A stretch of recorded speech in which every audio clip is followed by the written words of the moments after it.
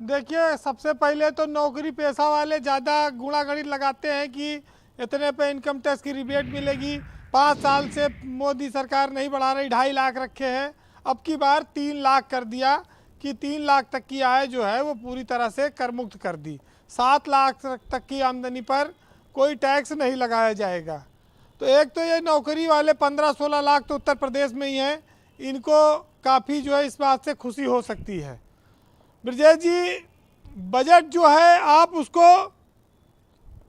कहते हैं कि जब घर में नई नई नवेली दुल्हन आती है तो वो चाहे जितना अच्छा पकवान बनावे, लेकिन सासू माँ जो होती है उसके काम में विपक्ष भी जो है उसी तरह से मीन मेघ निकालता रहता है।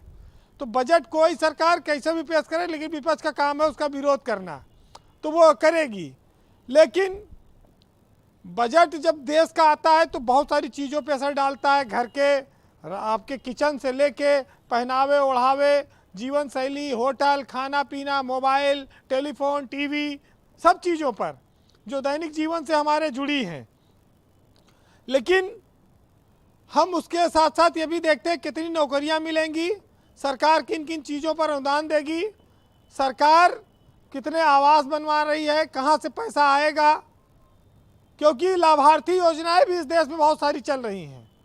1 साल के लिए राशन वाली योजना बढ़ा दी गई है, और हमारे यहाँ कहा जाता है राशन पे तो भाषण है, लेकिन भाषण पे राशन नहीं मिलता है। तो राशन लो भाषण दो, ये तो बात ठीक है। और ये 1 साल के लिए मामला टाइट हो गया, तो इसका मतलब यह है कि अब 2024 का भी जो बजट आएगा, अंतिम बजट होगा जो मोदी सरकार के दूसरे कार्यकाल का, वो उसमें भी ये योजना जारी रहेगी, ये बंद नहीं होगी, ये स्पष्ट हो गया है। अब 5G की चर्चा हुई, हीरा सस्ता हो गया, साइकिल सस्ती हो गई। चलो साइकिल तो भाई समाजवादियों को भी थोड़ा खुशी दे रही होगी, और आम आदमी की भी सवारी है, तो साइकिल सस्ती होने तो फ़ायदा है। कुछ मोबाइल सस्ते हो जाएं, इलेक्ट्रॉनिक वाहन कुछ सस्ते कर रही सरकार, क्योंकि पेट्रोल डीजल तो सस्ता कर नहीं पाई, तो चलो यही सस्ता कर दो भाई। बहुत सारी चीज़ें ऐसी हैं जो अपने अपने लोग रख रहे हैं। लेकिन आप देखिए कि इस संसार में किसी को मुकम्मल जहां कभी नहीं मिला, न घर के बजट को मिला न बाहर मिला। कोई सिलेंडर की सस्ते होने की उम्मीद कर रहा था, कोई दूध सस्ता होने की उम्मीद कर रहा है, कोई राशन पानी कुछ सस्ता हो जाए। तमाम सारी चीज़ें हैं। जिस देश में जनसंख्या बढ़ रही हो, संसाधन कम हो, वहाँ सस्ताई की उम्मीद कैसे की जा सकती है? तो ये बड़ी गंभीर सी बात है। लेकिन टीवी वी अगर सस्ती हो गई तो ठीक है। हमारे यहाँ बड़े बुजुर्ग कहते थे ब्रजेश जी कि जब दाहिने हाथ में खुजली हो तो समझ लो पैसा आने वाला है। और यहाँ पूरे बदन में खुजली मच गई लोगों के। अब पैसा आएगा कि इनको डॉक्टर के पास इलाज कराने ले जाओ, खर्चा बढ़ जाएगा। तो ये बड़ा विचित्रता रही है हमारे समाज में कि बीजेपी के में जो लोग बैठे सरकार में, बजट में चाहे समझ में आवे चाहे ना आवे, अच्छा कहना है, और बजट में कुछ अच्छा भी हो तो विपक्ष कहेगा नहीं सब खराब तो सबसे ज़्यादा चर्चा आपके मुताबिक ये जो 7 लाख वाला नो टैक्स सिस्टम है, ये इसको ज़्यादा अप्रिशिएट किया गया? इसको बहुत अप्रिशिएट किया गया, क्योंकि ये इसके लेकर बड़ी सालों से उम्मीद थी लोगों को, और ये नौकरी पेशा वालों के लिए बहुत अच्छा है। कह रहे हैं चुनावी बजट लेकर आए हैं।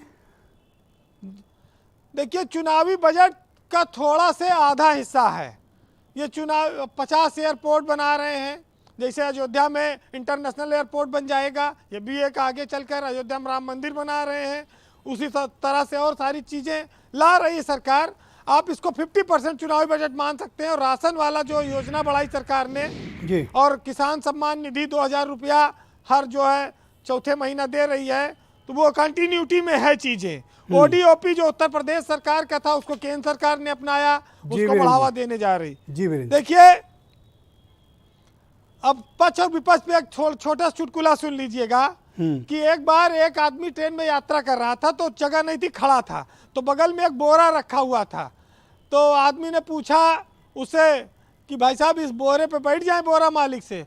तो बोरा मालिक ने कहा कि नहीं नहीं, खरबूजे फट जाएंगे। तो उसने कहा खरबूजे हैं? तो कहीं नहीं, इसमें तो कीले हैं, खरबूजे आपके फटेंगे। तो हमारे यहाँ जो है बजट को पक्ष और विपक्ष को आप इसी रूप में देख सकते हैं। जी, बहरहाल सुनिएगा कि कि आपकी थाली में रोटी है क्योंकि घर में पिसान है, और घर में पिसान है और इसलिए क्योंकि खेत में किसान है। तो किसान को तो बहुत कुछ देना चाहिए था, शायद रह गया। सुनिएगा कि कैसा आया इस साल का बजट। एक साहित्यकार ने लिखा है कि कैसा अजीब आया है इस साल का बजट, और मुर्गी का जो बजट है वही है दाल का बजट।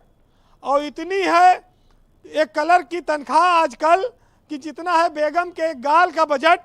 और टीवी का ये मजाक अदीबों के साथ है कि शायर से दुगना रख दिया कव्वाल का बजट।